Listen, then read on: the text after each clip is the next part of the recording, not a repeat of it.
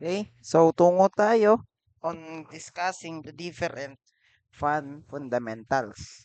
So meron tayong 7 formulas as well as the fun affinity laws na nasa content ng discussion na to and some sample problems. So i-redefine muna natin what is a fun. So 'di ba when we say fun,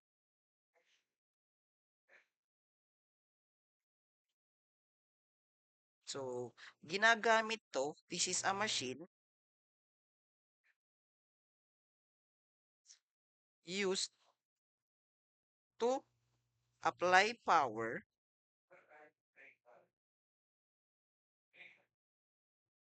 to gases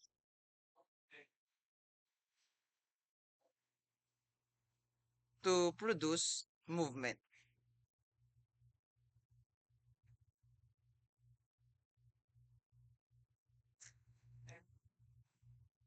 of those gases. So yun yung uh, main purpose kung bakit gumagamit tayo ng fan. It is a machine for applying power to a gas to increase its energy content, causing it to flow or move para mapagalaw natin yung mga gas natin. Now, anong pagkakaiba ng fan sa blower? So, when we say blower,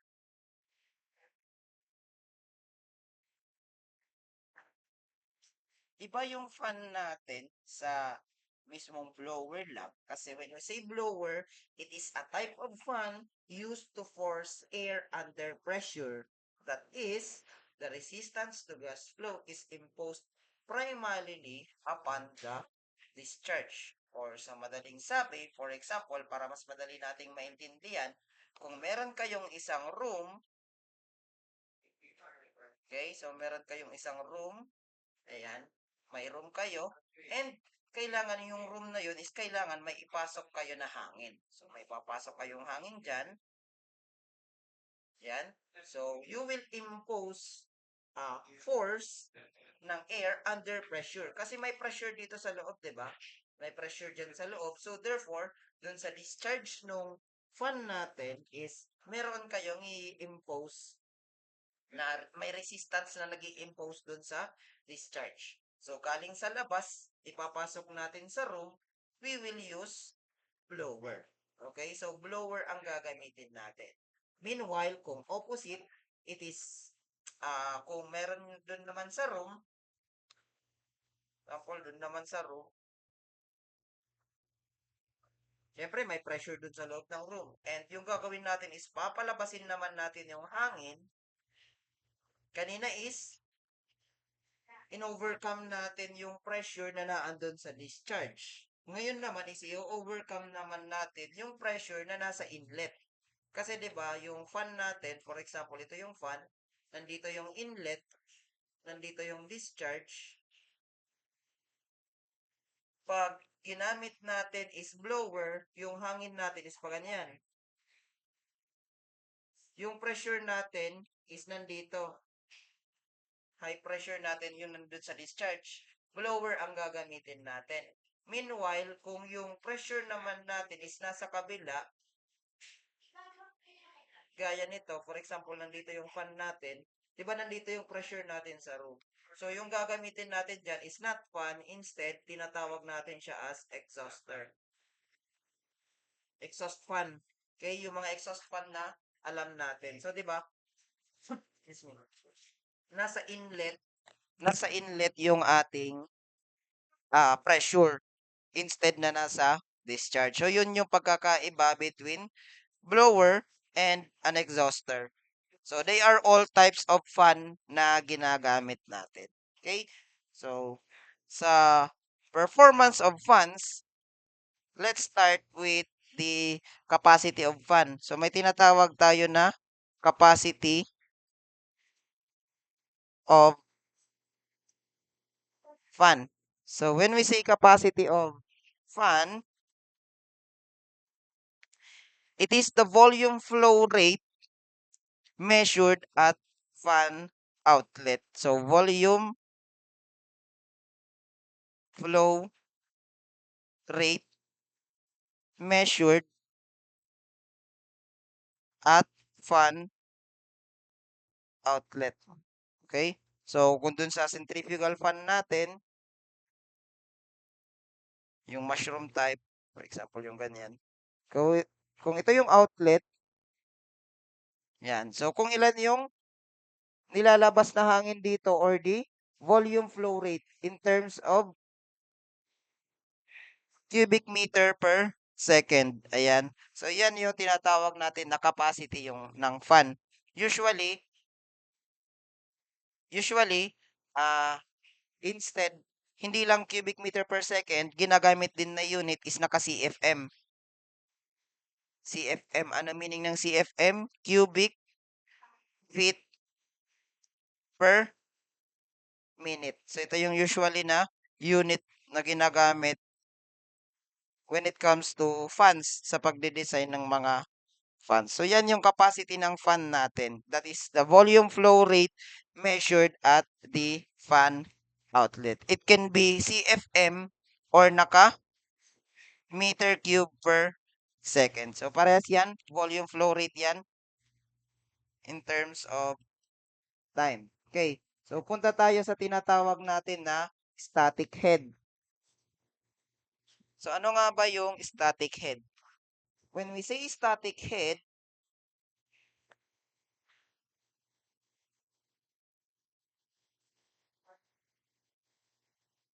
static head. So, usually denoted by HS. So, static head or HS is the height of the surface of the fluid above the gauge point. So, height of the surface of the fluid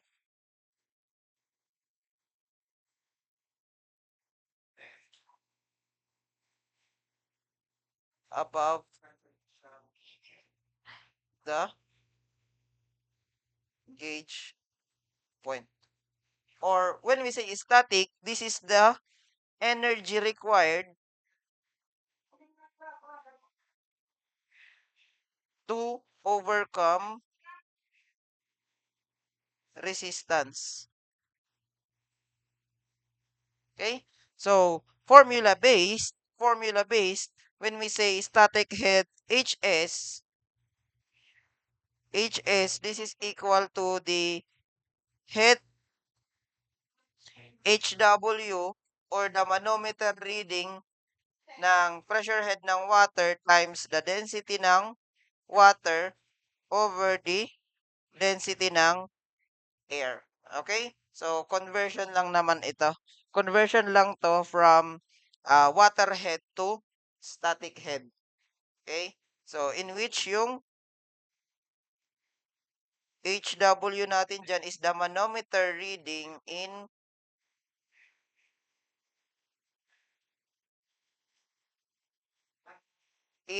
meters of water or meters of H2O. And then, yung density ng water, alam naman natin to, ito, density yan ng water.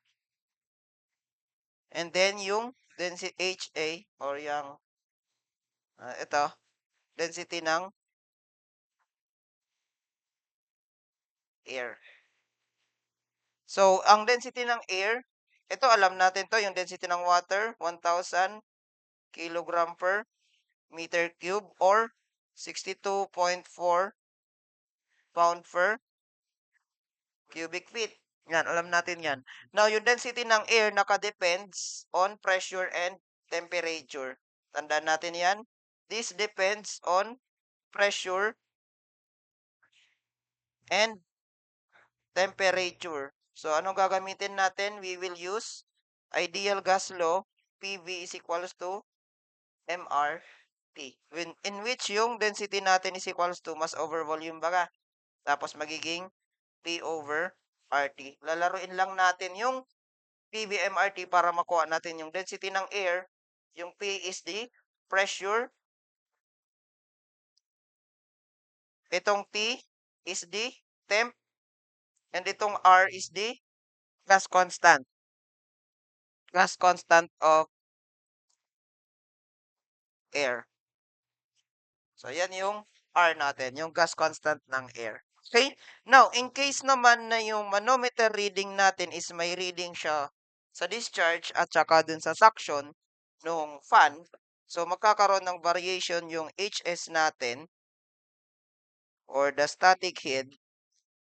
Itong manometer reading natin, kakaroon ng variation yung HS na yung head ng water sa discharge minus yung head ng water sa suction times again density ng water all over density ng air. So, i-multiply lang natin or isusubtract lang natin yung sa discharge minus sa suction.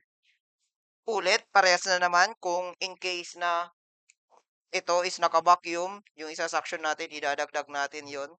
Okay?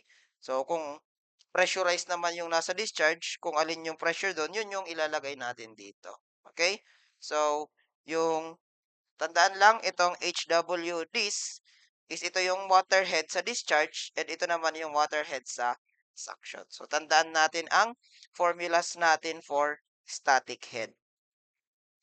Now, meron ulit tayo na isa pang head, yung tinatawag natin na velocity head.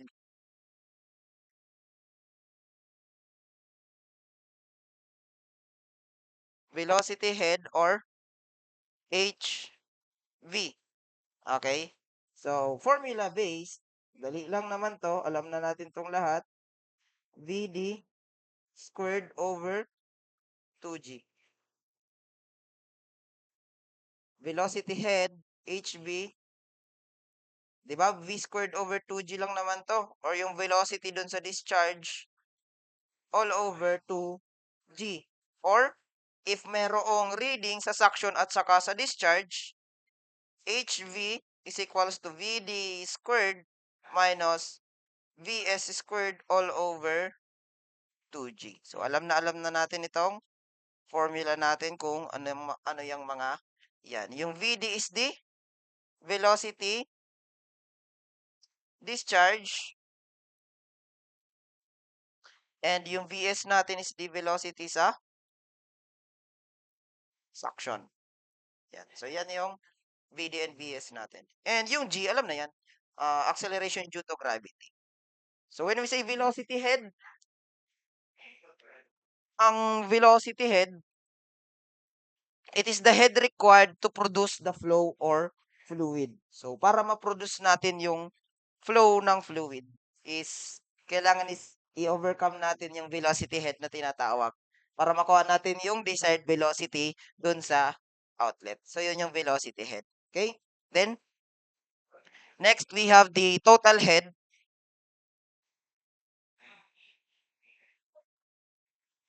So, when we say total head, it is the sum of the static and the velocity head. So, simply, H is equals to HS plus HV. So, yan yung total head natin. Just the sum of the static and yung velocity, i-add lang natin. So, madali lang naman na kunin yung total head. Now, pagdating sa air power or dun sa power ng air na napoproduce, air power, madali lang to. Power of air is equals to Q gamma H. Ayan, Q gamma H. Now, in terms of air, kung air ang gagamitin nyo dito, density or the specific volume of air, okay?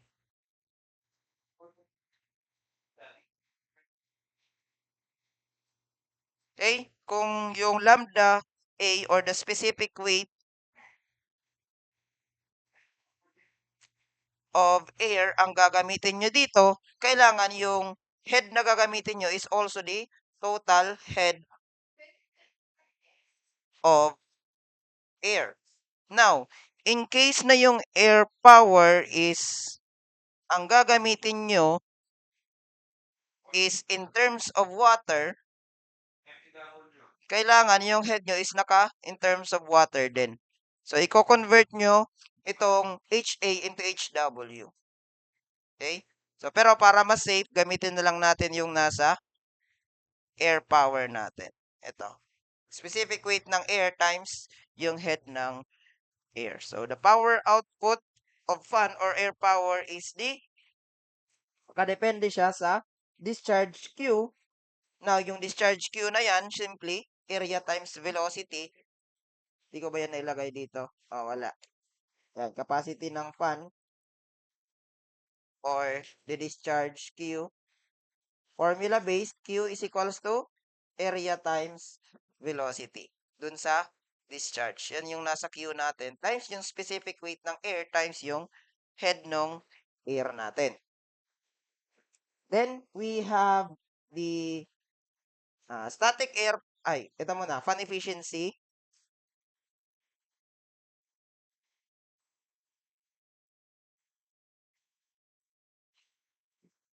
Ang gawin natin is, konektahan lang natin.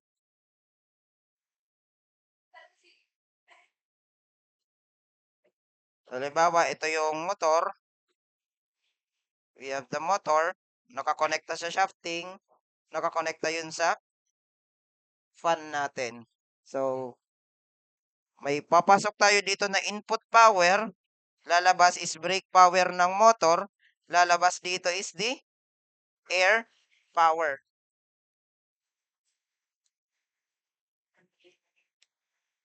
Lalabas dito is air power. So, kung kukunin natin is yung efficiency ng fan, di ba, efficiency, output over input, okay, output natin is air power over input na brake power times 100%. So, yan yung efficiency ng fan natin. Okay? Then, meron tayong tinatawag na static air power.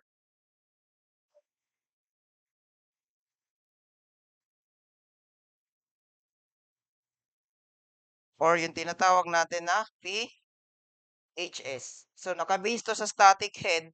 So, yung gagamitin natin na, air power pala, PAS.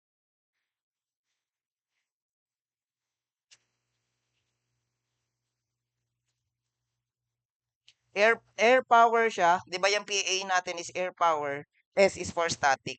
So PAS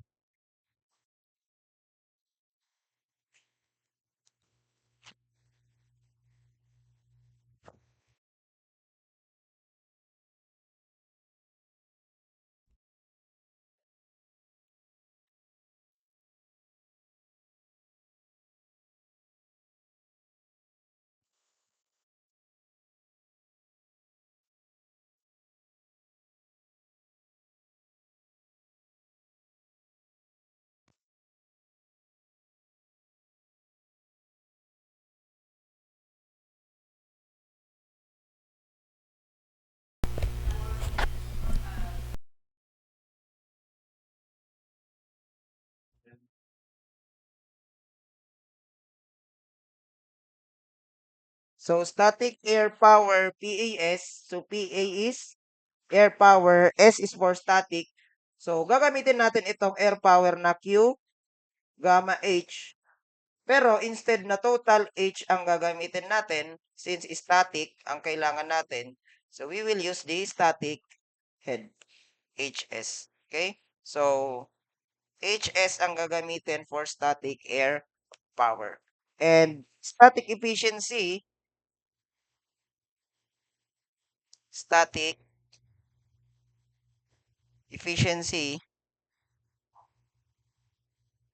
so galing dito sa isa. So, instead na air power ang gagamitin natin, NFS or static efficiency is equals to air power static. So, instead na power ng air lang natin, static air power ang gagamitin natin divided by the brake power ng motor times 100%.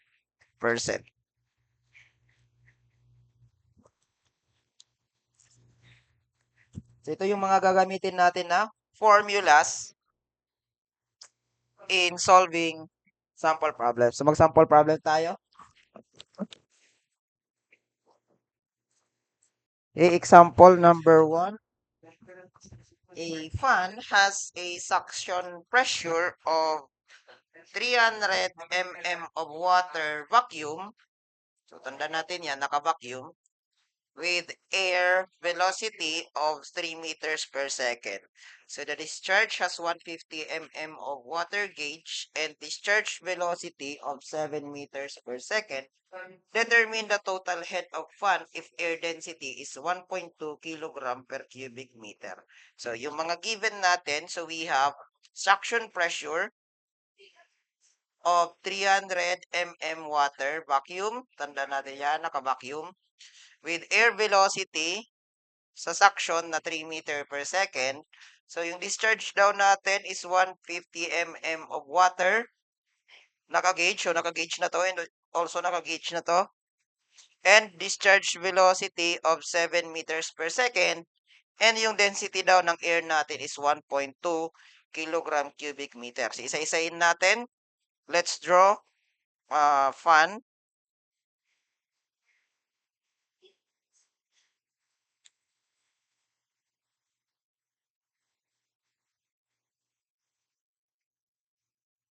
Yan.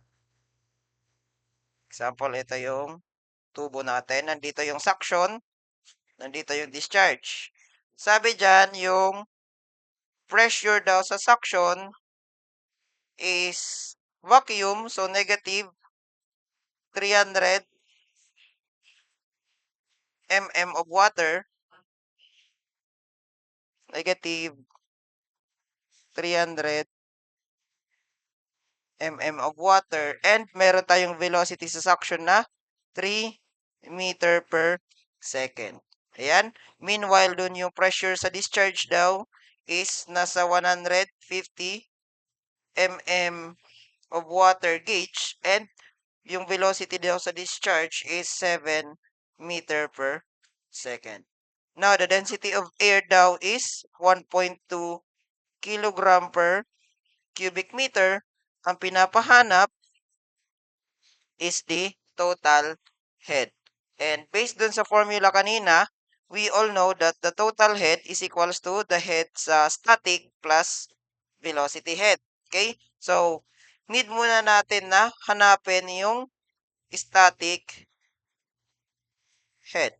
So, HS is equals to head sa discharge minus head sa suction or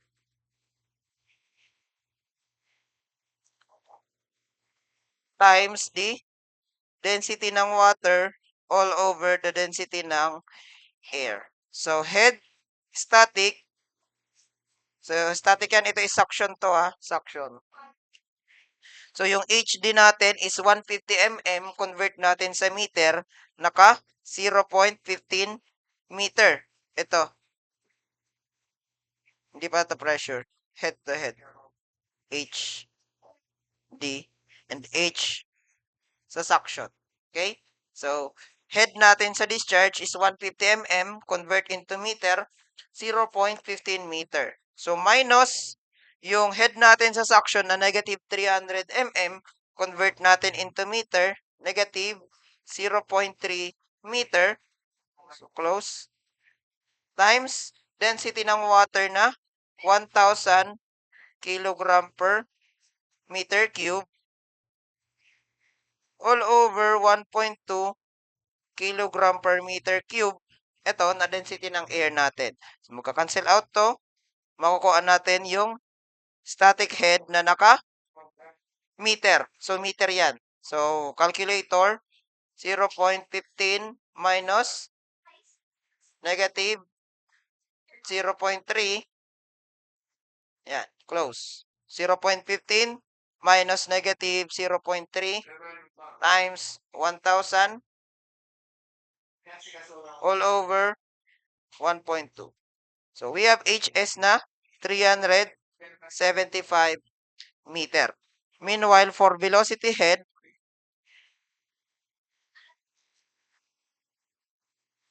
HV is equals to Vd squared minus Vs squared all over 2g. So this is equal to velocity sa discharge is 7 meter per second squared minus velocity sa suction na 3 meter per second squared all over 2 times 9.81 meter per second squared. Makukuha natin yung HV natin. So, 7 squared minus 3 squared all over 2 times 9.80 watt. Okay? So, 7 squared minus 3 squared over 2 times 9.81. That is 2.04.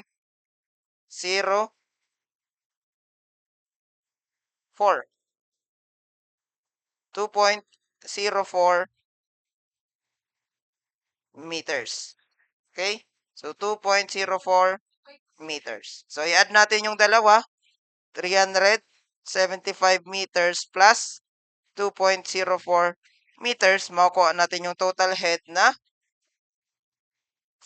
plus 375. That is 377.04 meters. So, yan yung total head na hinahanap natin ng fan for this specific problem. Okay, another example. Example number 2. Example number 2. A fan draws 1.42 cubic meter per second of air at a static pressure of 2.54 centimeter of water through a duct 300 mm diameter. So, ducting siya, circular ducting, and discharges it through a duct of 275 mm diameter. Determine the static fan efficiency if total fan mechanical efficiency is 70% and air measured at 25 degrees Celsius and 760 millimeters of mercury or mmHg. Okay, so meron daw tayong fan. So, malaki yung nasa suction, which is 300 mm diameter.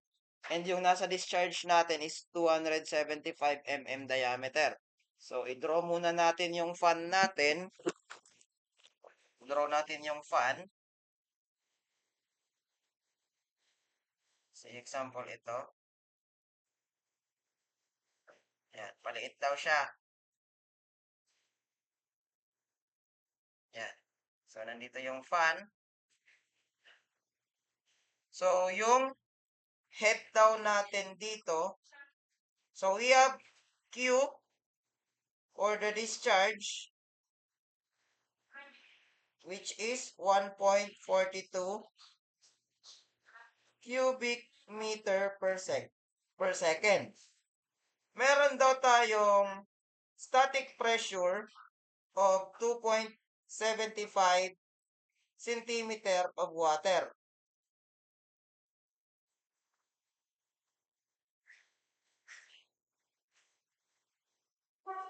Okay?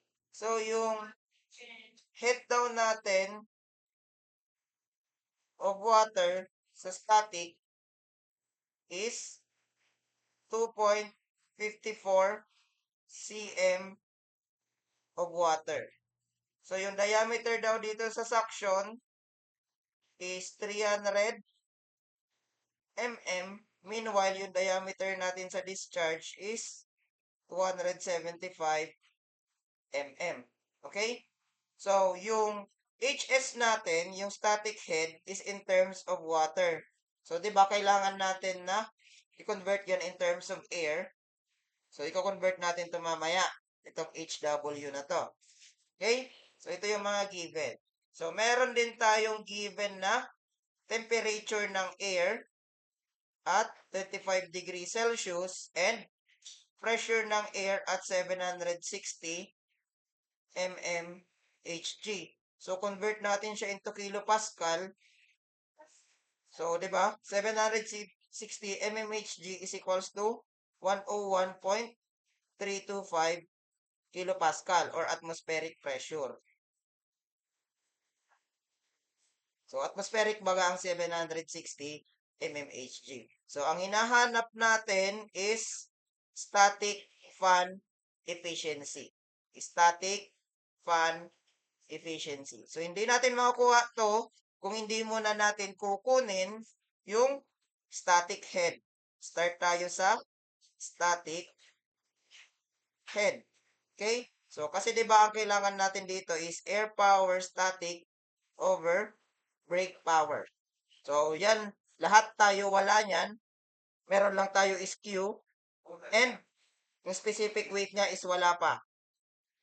So, Q pa lang ang meron tayo na given.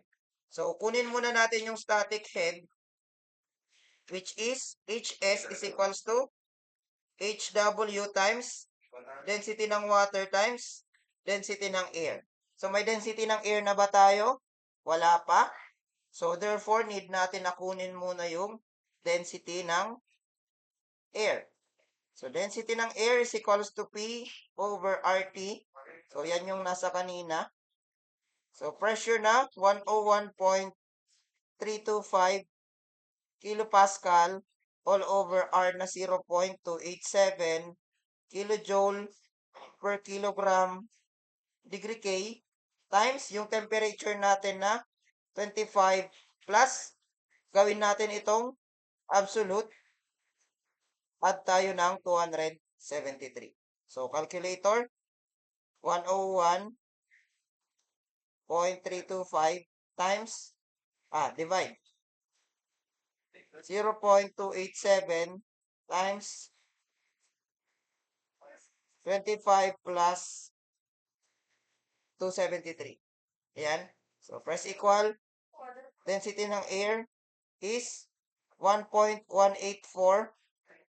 kilogram per meter cube. Yan yung kakalabasan na unit natin.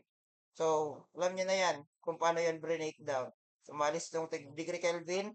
Itong kilojoule is equivalent to, itong kilopascal, this is equivalent to kilonewton per meter cube. And then, itong kilojoule is, meter squared pala to. Kilonewton per meter squared ang kilopascal. Meanwhile, yung kilojoule is naka kilonewton meter. So, magkakancel yung isang magkakancel yung kilonewton, itong meter squared magmamultiply, plus yung kilogram dito is tataas, kaya magiging kilogram per meter cube. So, may density ng air na tayo. Substitute natin. HS is equals to head ng water which is 2.54 cm. So, divide natin by 100 para maging meter. Tama?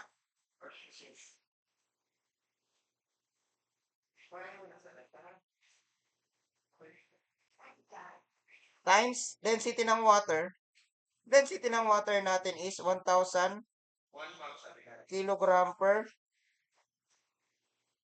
meter cube. All over, density ng air na nasolve natin at 1.184 kilogram per meter cube. Cancel out. HS is equals to 2.54 over 100 times 1,000 over 1.184. 21.452. Wait. 1.1847. Up to 4 decimal digits ang gamitin natin. 21.44 meters. Yung head static natin. Okay? So, nakuha natin yung head static head at 21.44 meters. Kunin ulit natin yung velocity head.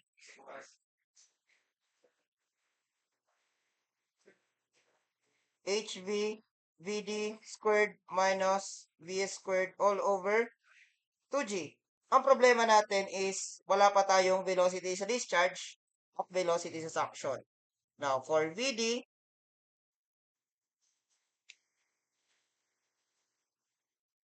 from Q is equals to AV. So, yan yung formula na gagamitin natin. So, VD is equals to Q over area sa discharge. Okay? So, VD is equals to Q na 1.42 cubic meter per second. Nandito yan. Ayan. Ito yung Q natin. All over area sa discharge. Y over 4 times. Ano yung diameter sa discharge? 275. So, 275 mm. Divide natin by 1,000 para maging meter square. Okay?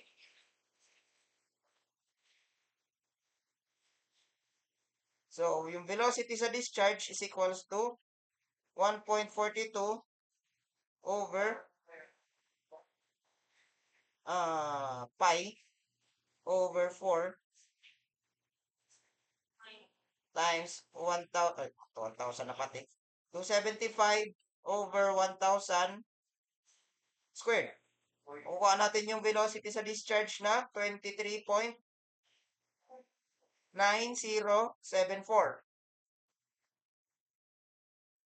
meter per second. So, same for velocity sa suction, Q over area sa suction, 1.42 over pi over 4 times. Ito, gagawin lang natin 300 over 1,000.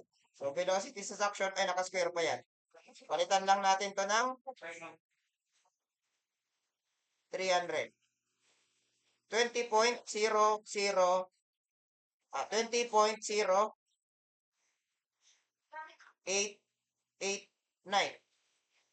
meter per second. So, gamitin natin itong dalawa sa pag-compute ng velocity head. So, 23.9074 squared minus 20.0889 squared all over 2 times 9.81. So, HB is equals to 23.9074 squared minus 20.0889 squared over 2 times 9.81. 8.5627. 8.5627 meter. Ayan. Or kahit up to 2 decimal places na lang, 8.56 meters yung HB natin. Now, kunin muna natin yung total head H is equals to HS plus HB. So, HS is 21.44 plus 8.56 meter. H is equals to 21.44 plus 8.56. 30. Sakto. Yung ating total head. Now, for letter D, air power. Since ang kailangan natin is static fan efficiency, PAS over BP. Wala tayong BP. So, kailangan natin kunin yung efficiency ng fan. Efficiency ng fan para makuha natin yung BP. So, para makuha natin yon, we need air power muna na air power PA is equals to Q gamma H. Okay? So, air power is equals to Q na 1.42 cubic meter per second times, ano yung specific weight? Diba? Specific weight is equals to density times G. Okay? So, yung density natin is 1.1847 Ayan, 1.1847 kilogram per meter cube times 9.81 meter per second squared. So, ito is magiging Newton per meter cube. Okay? So, this is equal to 1.1847 times 9.81, 11.6219 Newton per meter cube. Divide natin by 1,000 para maging kilonewton. 0.0116 kilonewton per meter cube. Pwede na yan. Yan yung gagamitin natin sa specific weight natin. 0.11, kulang ng isang 0. 0.0116 kilonewton per meter cube times yung total head na 30 meters. Cancel out. Kilonewton meter is kilojoule per second. So, yung air power natin is kilonewton meter per second naka kilowatts. So, 1.42 times 0.0116 times 30. Makukuha natin siya at 0.99.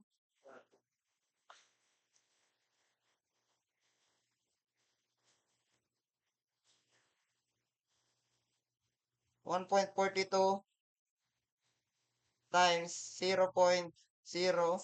30 lang. Bakit 60 to? 30. 0.494 kilowatts. Okay? So, kunin natin yung brake power.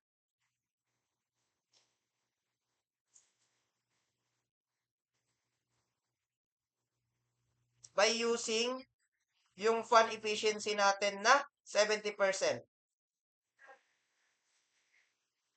Efficiency ng fan is equals to air power divided by VP. VP is equals to air power divided by efficiency ng fan. So, air power is 0.494 divided by 0.7 or 70%. Makukuha natin yung BP na. Divide lang natin to by 70%. Makuha natin at 0.7059 yung BP natin. 0.7059 kilowatts yung BP. Okay? And for F, NFS is equals to PAS over BP. So, PAS is Q gamma HS over BP. So, Q is 1.42